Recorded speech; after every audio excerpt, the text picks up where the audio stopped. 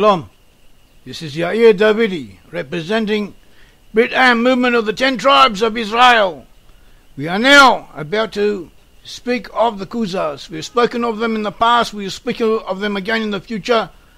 We have shown how the Khazars belong to the 10 Tribes of Israel. We are now going to show how the Khazars were not Turkish. We have to do this because it is being commonly accepted amongst a great many people, as you will see if you look on the internet, that the Khazars were a Turkish group. This is not so. They were not Turkish. First of all, who were the Turks? Who are the Turks? What do we mean by the Turkish group? Originally, in other words, as far back as we know, in the early 900s or later, there were groups of people in the region of Central Asia, around the borders of Mongolia and so on, who spoke Turkish dialects. They spoke a type of Turkish language. The Huns themselves, who had appeared in the 400s but had been present long before then, may also have been a Turkish group, but it's not certain. These Turkish peoples at the beginning were white, similar to Iranians, but some of them were red-haired and blue-eyed or blondish. Different groups had different features. Also in the course of time they intermarried with Mongoloid peoples, and they became somewhat mixed. Later, in the 1100s, or actually before then, beginning from the 1000s, continuing on in the 1100s, they invaded what is known as Asia Minor, also called Anatolia, the Asian portion of Turkey, which is now known as Turkey, and which was then, at that time, it was controlled by the Byzantine Empire, which was Christian. They conquered the area and they imposed the religion of Islam on the inhabitants. They also imposed their language and some of their cultural features on the people who were dwelling there, so that now most of the people in that area consider themselves Turkish, speak Turkish, and are regarded as Turkish. In effect, more than 85% of them descend from the inhabitants of the region who were there beforehand. What we are saying is that the Turks of Turkey are not really Turkish from an ethnic point of view, at least as far as self-identification is concerned. They do, however, consider themselves to be Turks. At all events, the Khazars had been in the region of southern Russia, around the Caucasus and Crimea and the northern shores of the Crimea and the northern shores of the Black Sea. They also had offshoots in the east around Central Asia, as did most of the peoples in that area. All of them were split up into different groups. There were hundreds of different groups in that region. The Khazars themselves was nomadic or semi-nomadic, they were warriors and herdsmen, and they moved about from place to place, and they sometimes divided up into different sections, as did other groups. And all these different groups would confederate with each other, they would ally with each other, they would join with each other, split apart from each other, go to war against each other, and so on. And this was going on endlessly. They also changed their names frequently. One group would conquer another and take the name of the people who it had conquered. In another case, the one group would conquer another, and they would give their name to the people they had conquered. In another case, two bodies would unite with a third party, and they would take the name of the third party. Then perhaps the third party would split away.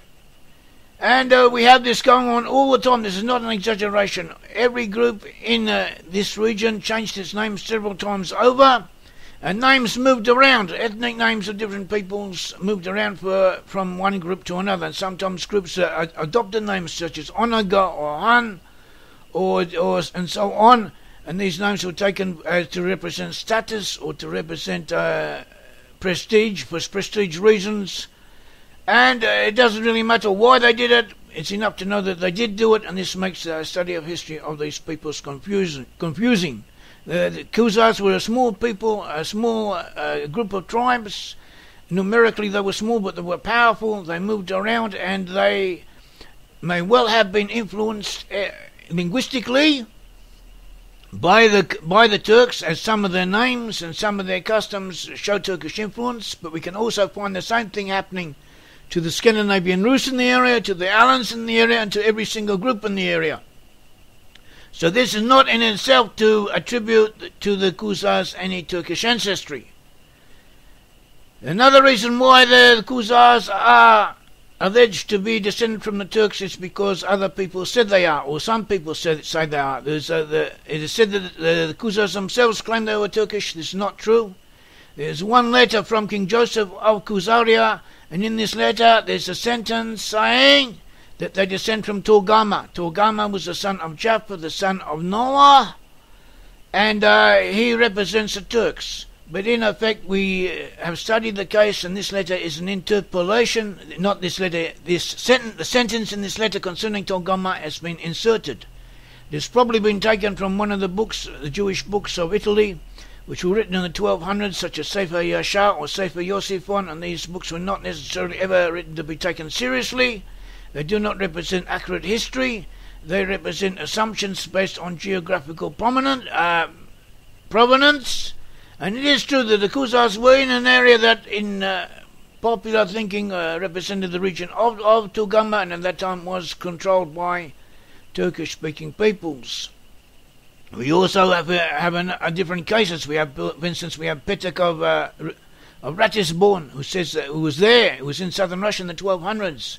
And he says the Khazars were 7 kings of Meshek, who had a dream, and because of that dream they became Jewish. But he also mentions in the same breath, he mentions the sons of Rekab, and he mentions the mountains of darkness, and these terms are connected with the Lost Ten Tribes and Jewish folklore. So his letter could also be taken as saying that he takes it for granted that the Khazars are part of the Lost Ten Tribes. He takes it for granted, and incidentally they also ruled over the area of Meshek, and they did. They ruled over other peoples. The Khazars were a powerful nation. They ruled over other peoples, and sometimes because they ruled over other peoples, confusion can result. A Persian source from the 900s says that Turkish Pechenek slaves, in other words slaves who were Turkish, who had been apparently sold to Muslims by Khazars, were called Khazars because they came from Khazaria. But it is obvious from the context and from what he is saying that these people themselves were not really Khazars, but were only called such because they came from an area controlled by the Khazars. So this too is another reason of confusion of identities. Another point that is sometimes brought up, it is claimed that the Khazar ruling house was a Turkish ruling house. A source from the 900s says that the Khazars were ruled by a house called Ansar. We know from other sources that the ruling house of the Turks was known as Asina. It has been suggested that the terms Ansar and Asina are one and the same.